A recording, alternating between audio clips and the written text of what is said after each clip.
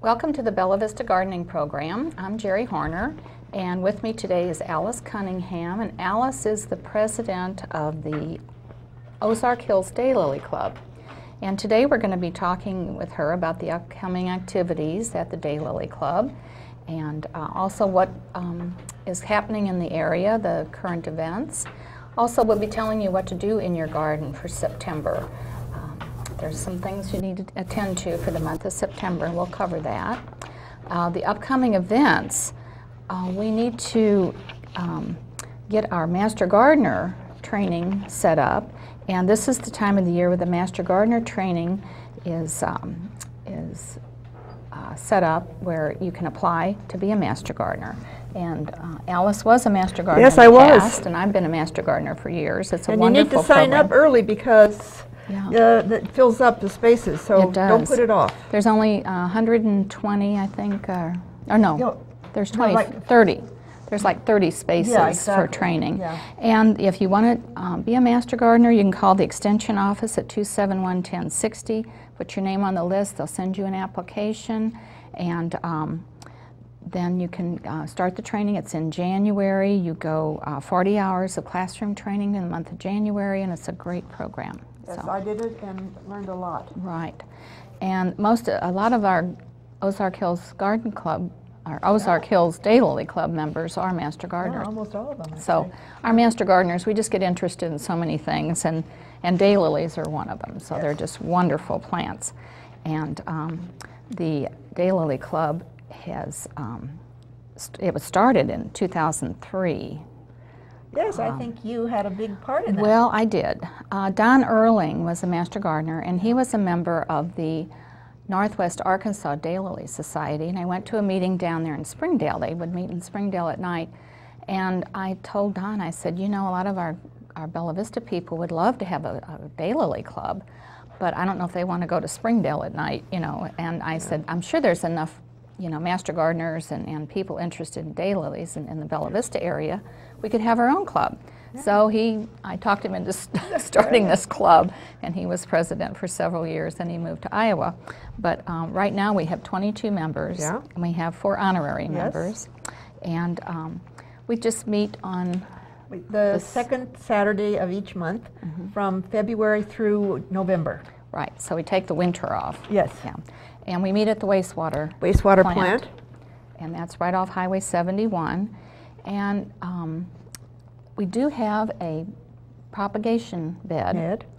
And I think we're the only daylily club that has such a large propagation bed. We have about 100 varieties or more of hybridized daylilies. And what we do with those is we grow them and we sell them. And I do have some pictures of the bed that we can show you. This is the garden, and isn't isn't beautiful? It's in full bloom. Yes. And we have just a lot of varieties of different hybridized daylilies in the garden. And you can see it's at the wastewater plant. They have their little tent over there with their hostas. They were just so nice to us to provide this bed for us, and then we tend it, and we water it, and we weed it, and we propagate out of it and plant different varieties. And it's right off the, I think it's the 6th green at Country Club, and sometimes you're playing golf there, you can see the daylilies in bloom. It's really nice. This is some pictures of our work sessions. It's not a very good picture there, but we have our work sessions where we pull the daylilies and pot them, getting them ready to sell. And there's John Harris is one of our original members, and me, and I forget who the other person is. Can't quite see you. There's Iwin and Robinson. Yeah. And We have a lot of fun doing that too. We do. It's a fun day to divide. We work at the wastewater. We use some of their sludge and then some of those topsoil, and then we divide the daylilies carefully and pot them up. And we've had sales in the past, both at the University of Arkansas. This was our first sale that was the bare root. We Yeah, sold them that's bare right. root at the university. I was there. And it really was a great sale. It was. And A lot of work. But yeah, but we sold a lot of beautiful daylilies. Yeah. We had pictures of them. We have pictures of all the daylilies that we have in the propagation bed. Then we also have sales at Wastewater. And this is how we sell them at Wastewater. Sometimes it's bare root, sometimes it's potted, but we have pictures of each one because most of the time they're not in bloom when we're selling them. So we do have pictures to see what they look like when they're blooming. And they're just such beautiful, beautiful plants. They really are. And then the garden club also has their plant sale there too at the same time. So like I said, you can see the golf carts in the back near the country club. Now, the main purpose of the Ozark Hills Daylily Club is scholarships. scholarship. That's what we work for. That's the only thing we spend our money on, That's right. basically, is scholarships. We gave Cody Howard, he's the second from the left here, we gave him a scholarship for about 3 years, I believe. Yeah, it We was. followed him through his education at the University of Arkansas, and he was just a delightful young man, and I'm not sure where he is now, but I think he's still in horticulture somewhere. He was going for his master's degree, I think. Yes. And then our next recipient was Amber Tripodi, and she is from the University of Arkansas, and her field is using molecular and population genetic methods to characterize the present genetic diversity of local bumblebee species and to determine whether populations are stable or declining. So that's a mouthful, but that's what she's studying, bumblebees. Yeah. And now she's getting her doctorate degree now. So right. And you have here is a picture. There are 7 bumblebees that are indigenous to Arkansas. And have we get that picture? Yeah. There we go. Oh, good. Yeah. And this one, right, it's backwards here. This one right here, that's my figure, is the one in our area. So And that's the most common one. Yeah. But you'd think they'd all be alike, but you know, if you look at them closely, they there's are a little just a different. little bit of difference. This Right. one, it's backwards here. Yeah. There's a little dot here, and there's something up here that the other ones don't have. Right, but her So- study is those bumblebees, and bees are so important to our horticulture that we're just tickled to death to, you know, give her a scholarship. And Yeah, we gave her $1,000 2 years in a row. Yeah. And then this year is another 1,000 she'll be getting. And she was very happy to get it too. Right. It's so important to keep our horticulture students interested and you know, and funded. That's what we do. Now, our other pics, we have mainly a lot of pictures of daylilies we wanted to show you because there's so many different varieties of daylilies. And I'm not sure the names of these. There's so many different varieties we have at the Yeah, there's at the several bed. thousand. There's thousands of them. Oh, there are, and there's hundreds being registered every year. Yes. That, and they're similar, you know. Yeah. Now this one is planted with parsley. You can plant your daylilies with other plants. They can be companion planted with other things too. There's some herbs and then some daylilies in that bed. So you can plant different things with daylilies. And like I said, they're just a wonderful plant. There's a Xylem variety that was developed and hybridized by Pauline Henry from Siloam Springs. Yeah. And she was one of the early hybridizers. And she had a little half-acre plot in Siloam Springs, little house with half-acre. And she hybridized hundreds of daylilies. And if you ever see a daylily that says Siloam something, it was hybridized by Pauline Henry. And, Should we mention our program? And we are having a program about Pauline Henry's daylilies. Judy Branson, who's the president of the Washington County Master Gardeners, is going to come and give us a program with pictures and a talk on September the 14th at 10 a.m. in the morning at Village Insurance.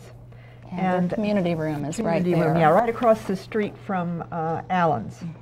And I think it'll be a good program. I hope you can come. It's open to the public. Right, that's going to be a great program because Siloam daylilies are so beautiful. And Pauline was just such an innovative hybridizer. I didn't get into hybridizing. in the past. I have a bunch of hers, and they're sweet. They're really beautiful, and they bloom prolifically. Well, they do, and like I said, there's our one member, a couple of members, Robinsons. They have a great ability to take wonderful pictures of daylilies. They're just so We're lucky to have him innovative. as our photographer. They photograph all looks of our like Night daylilies. Beacon, maybe. That one's Night Beacon. I think so. It's so hard to tell because some of them look alike. Yeah. There they are with Black-Eyed Susan. Yeah. So, or coneflowers. Yeah, coneflower. Yeah. Yeah. And you can plant them, like I said, with different. That looks like wild horses, maybe. Yeah. But there's just any color that you would like. I think they're still working on the blue varieties, but there's almost every color of daylily. Some are doubles. Now this is a double, where they have more than one, layer of blooms. There's a triple orange that I have, and they go well together. You can do the yellow with the purple, and then bring a bright yellow with it. I love the yellow and gold and orange ones. Right. And some are kind of solid, and others have, a lot of color. But they really stick out in the garden. Right. And you see the pollen there. They're very easy to hybridize because the pollen is so evident. I have never tried the hybridizing, but I don't have time for that. But it does take a long time to hybridize and come up with a new daylily. But we do have some wonderful daylilies at the garden. And like I said, any color. Some have ruffles, and then some have the edges that are just ruffled and colored, and they're just so different. They just pop in your garden when they have this different look. Yes. They're getting bigger and bigger, too. I think that I've got a couple of 7-inch ones. Yeah, some are 7, 8 inches wide, so they're just huge. They really make a statement. Now here's some of the photography from the Robinsons, where they softened the edges, and so the daylily just stands out. So that would be beautiful to frame and put in your house. Now that looks like a spider. Yeah, there is. It's similar to a spider. Yeah, the spiders are really interesting because they're just they're so big, and they just make a statement, and they're so the leaves are thinner, so they're more like fragile, but they are just beautiful. The spiders, and there usually is a yellow or green throat, in the middle. You can't see it there, but in the throat is usually green or yellow, and that's just characteristic of the daylily. I like the white ones. And I love the white ones. You're collecting them, aren't you? Well, I'm trying to, but I'm not. I don't have much more room in my white garden anymore. Now this is one of Emily's photographs where they took the daylily and then they faded it to black and white, which is kind of interesting. So it's purple and then they faded to black and white. I don't know how she does that. Then she gets interesting shots, going up through the daylily into the sky, which makes it look totally different. And of course the butterflies love the daylilies, and I've also had hummingbirds in my daylilies. Once in a while. I don't think I've seen that, but like I said, they only bloom a short time, except for the Stella d'Oros. You see the Stella d'Oros everywhere. The banks have them. All the public buildings, they have Stella d'Oros because they keep reblooming. Yeah. Most of your daylilies don't rebloom. They just but there are bloom some. one I've time. got one that's got buds on it right now. Right, and there's one blooming at the Daylily Garden right now. Yeah. And I took a picture of that this week, and people complain to me like, "Well, Alice, why do you want to put all this time on a flower that only blooms one day?" Right. And then the answer is, well, they have so many blooms that it goes on for about 6 weeks. You'll have a beautiful garden of flowers like this because there are so many buds. Right, and some bloom earlier than others. Yeah, and some early, bloom later, middle, and fall. And then there are some rebloomers. I think they're trying to do more hybridizing where they will rebloom, and it's just a hard characteristic to get them to rebloom. But they're working on that, and like I said, there's just so many different varieties, and they're also edible. Yeah. You can take these flowers, petals, and put them in your salad or dress up your little, plates with them, and they are edible. The oranger ones have a little stronger taste, a little, not bitter, but they're just a little stronger and, spicier like. But they are edible, and they do make a nice little presentation on your dinner plate. And they make a good bouquet, too. They do. They last a day. Last a whole day. So One day. And you can see the buds, whatever drops, you know, whatever blooms one day, the next day it'll close up, and then the next bud will open, and you'll have another bloom. So they just constantly bloom until those buds are all bloomed out. And it depends how many scapes you have on your plant is how many blooms. And that's one of my favorites. I love that one. What is it? So sweet. I don't know the name of that one, but I love it. I love the pastels. Yeah. And the whites. I like the so yellow pretty. and the orange ones. Right. So, and then of course you can see at Wastewater they have the purple martin houses up there, which really helps the mosquito population. They sing so to we us don't when have we're to, there. We don't have to worry too much about mosquitoes now. I think this is a triple orange. That looks like a triple because there's a lot of petals in that. So the one thing you do want to stay away from if you have daylilies is the old-fashioned ditch lilies, the wild ones that grow in the woods. If you have those, they could take over your daylily beds. So you'd really want to avoid putting those with your... put them off someplace else. They are way beautiful. far away. But they do... They're fine maybe for erosion control or something like that, but you don't want them in your beds. Now this is a double. That looks like Clint's double, a Siloam there. Like I said, you can see the pollen is just prolific on these daylilies. Now if you take them in the house and you don't want to deal with the pollen can sometimes like stain your tablecloth or get on you. You can just trim those pestils out before you bring them in, and then you won't have to deal with that pollen in the house. But they would also, you can just kind of break them off right below the stem. You know, you don't have to take the whole scape in. You can take that one daylily in, and if you just put it in a little container of water, or I know Sylvia, she said hers last whether they're in water or not in water. She just puts them in a little, dry container. They'll stay fine for the day, and then they'll fade out. You can put them in the icebox for a while, couldn't you? Well, I think you could, but they're still going to only last one day. We don't have too many problems with insects with the daylilies, but every once in a while we'll get a little bug on them, but not too bad. Yeah, there's not too much care. But they're not like, there's a spider. Spider, Now the spiders I just think are so attractive, and they just catch your eye in the garden. And they're usually taller. Usually they stick way up. Taller plant, and they stick up, and they're just a great statement for your garden. And like I said, some are subtle colored, where they just kind of have a slight tinge of color here and there. And they're just kind of a very sweet, sweet plant. And if you're interested in daylilies and want to join the club, we're always looking for new members. It's $10 for a single membership and $15 for a couple. A family or whatever. A family, and it goes for a year. And it just helps us pay to keep the garden up. Right, we have to pay for fertilizer too much, but mulch and different things. We have a watering system there that waters the garden, and we have a automatic drip system for watering.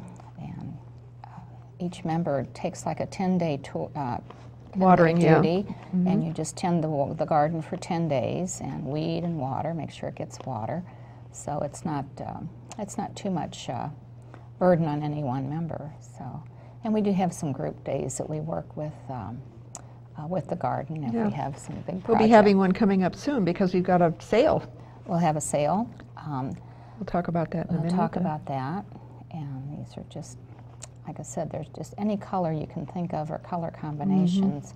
And the new ones coming out are just so colorful and so different all the time. And the combination plantings I love too, with the different colors together. So, and they do take full sun. The main thing is full sun and water. They love full sun and water. And they'll bloom in less sun, but they don't bloom very much. No, I have some where the shade's taken over because the tree's growing in, and they're not blooming very much. But you can see what a variety there Look at that; would be nice on the dinner table. Yes, and like I said, they're just such a pretty little addition to your garden, and you can put them in between plants too. You don't have to have them all together. You can put them here and there wherever there's some sun, in between your roses or your coneflowers, whatever. There's another triple. That's a triple. It's almost getting into a spider look. Yeah. And said, the ruffled edges, and so many varieties. And there's your pollen. It's like a very prolific pollen, so you can see why they're easy to propagate. You know. Oh, there's a... And the butterflies love them. And like I said, they're just a fun plant too. And if you're a photographer, they're great, oh, as you can yes, see. Right. You have a really beautiful... love them too because they're such a stable flower, and you can do so many different effects with them. Views. So that they can really stand out. So the last picture we have here shows that huge butterfly on top of the daylily. So, like I said, we've got some great pictures of all of our daylilies there. And like I said, we're always looking for new members. And yeah, give me a call if you think you might be interested in joining. You can call Alice anytime. I'm at 855-1279, and we'd love to have you. Yeah, and don't forget on 14th, September 14th, Village Community Room, Village Insurance Community Room. We have a great program on Xylem daylilies. You can learn all about Pauline Henry. It's a wonderful story about Pauline. She was such a wonderful hybridizer and died about, I guess, 5 or 6 years ago. She was in her 90s. She was in her and there's a whole garden of her flowers down in... Right. There's a memorial garden in Siloam Springs of her daylilies. So it's always, that's interesting to view also, to go and see. And then also the plant sale.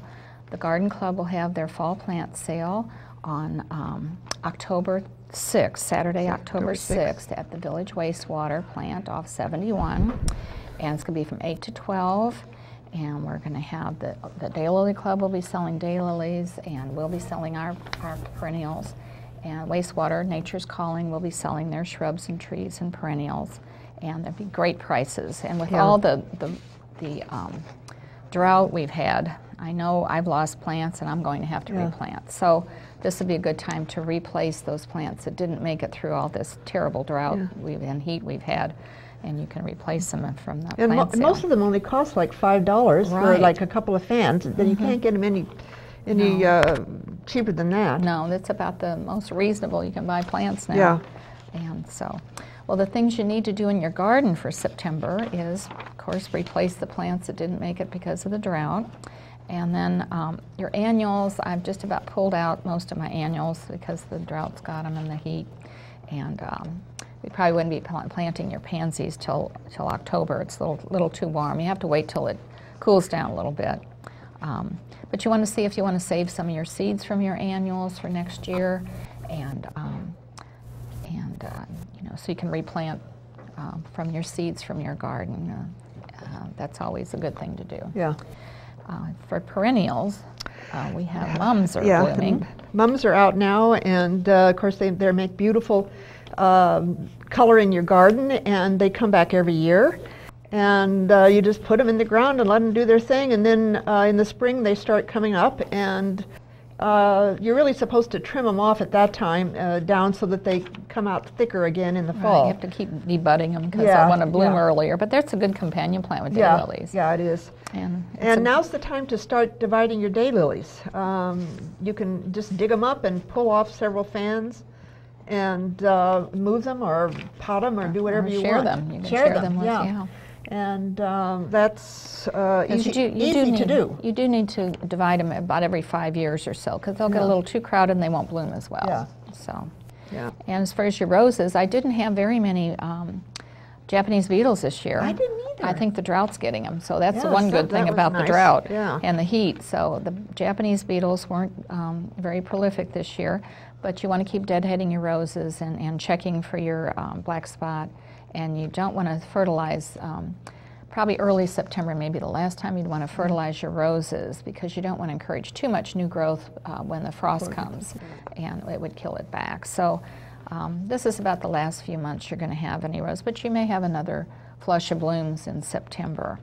And as far as your lawns, I think our lawn's kind of brown and crispy, but we haven't been watering as much as we should have, but late September is a good time to reseed. We'll have to be reseeding those fescue lawns that have suffered so much with this drought, and you want to apply your pre-emergent herbicide for next spring to control the winter weeds. You want to do that later in September. And then also we want to do trees and shrubs. Yeah, now's the time for your trees and shrubs. Just remember to make a big enough hole, water them well, and mulch is good. And maintains the water. And they'll die down and then come back next year going great guns. But it's a good time to plant the trees in the fall because that'll give them a good start for the next spring. So, and your vegetables, my vegetables didn't do too well this year because of the heat and drought. The tomatoes just wouldn't set plants, but wouldn't set any blooms. But it's a good time you can plant your turnips, your mustard, your spinach, lettuce, radishes until about mid-September. So this is a good time for a fall crop, and maybe we can get some vegetables in the fall since we didn't have too much in the summer. But I think even the farmers markets were suffering with the lack of vegetables because of the drought and heat, and we can't do anything about it. That's the sad part. You see a lot of dead trees out there in the woods, and according to Janet Carson, about 80% of the oak trees you see that are dead, those large oaks, are the red oaks. And because they were stressed last year, they're stressed this year again, and then of course that leaves the red oak borer can come in more easily. So about 80 or 90% are the red oaks. So the white oaks are not affected as much, but still we're losing a lot of oak trees because of that drought. So we just see what we can do in the spring. Yeah. And if you have more questions about gardening in September, remember the Master Gardener hotline is still in effect. It's Monday, Wednesday, Friday from 9 to 12 and from 1 to 4. And you just call 271-1060. You can speak to a Master Gardener, and they can help answer any of your questions you have. And they have a website that's very helpful. It's bentoncountygardening.org, and it's filled with a lot of information. And there's also, I think, some links on that to the We've both Ozark done that, Hills. haven't we, the hotline? Oh yeah, there's the hotline. There's a big library of books there. It's a wonderful reference room. So if they can't answer a question off the top of their head, they have a wonderful reference room to go to find the answer to your question. And then the Bella Vista Garden Club also has a website that has a lot of gardening information on it. It's really easy. It's Bella Vista gardenclub.com. And our next meeting will be September 26th at 11:30 at the United Methodist Church on Forest Hills and Cooper Road. And we welcome anyone to come. We start at 11 with a little social time, and then it's a great club, and you have lots of members, and we do. There's food. We have wonderful little light lunch for you, and it's just a great little meeting. And we always have a good program. It's educational. And men come too. And we do have about 8 male members, so we have couples that have joined, and it's just a wonderful organization. So, and I want to thank you, Alice, for being here today. Great time. Thank you and for inviting me. Just love the Ozark Hills Daylily Club. It's just one of my favorites, and it's a small club, but we'd like to make it a little larger. If anyone's interested in daylilies, they can certainly join. And I hope you've enjoyed the program, and will join us next month. And until then, don't forget to stop and smell the roses.